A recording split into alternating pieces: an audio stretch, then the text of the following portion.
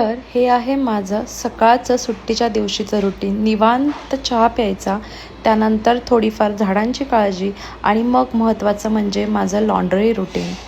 बरेच कपडे आपले असे असतात की जे फ्रेश कलरमध्ये आणि काही आहेत ते कलर सोडणारे. त्यामधलीच माझी ही साडी आहे. याचा बघा किती कलर निघतोय, पण आता मी मशीनमध्येच कपडे धुणार आहेत विथ कलर कॅचर. आणि हे जे कलर कॅचर आहे ते ओडीचं आहे. मशीनमध्ये पहिल्यांदा ही जी एक शीट यूज करायची आणि त्यानंतर आपले सगळे जे कपडे आहेत एकत्र आपण याच्यामध्ये वॉश करू शकतो.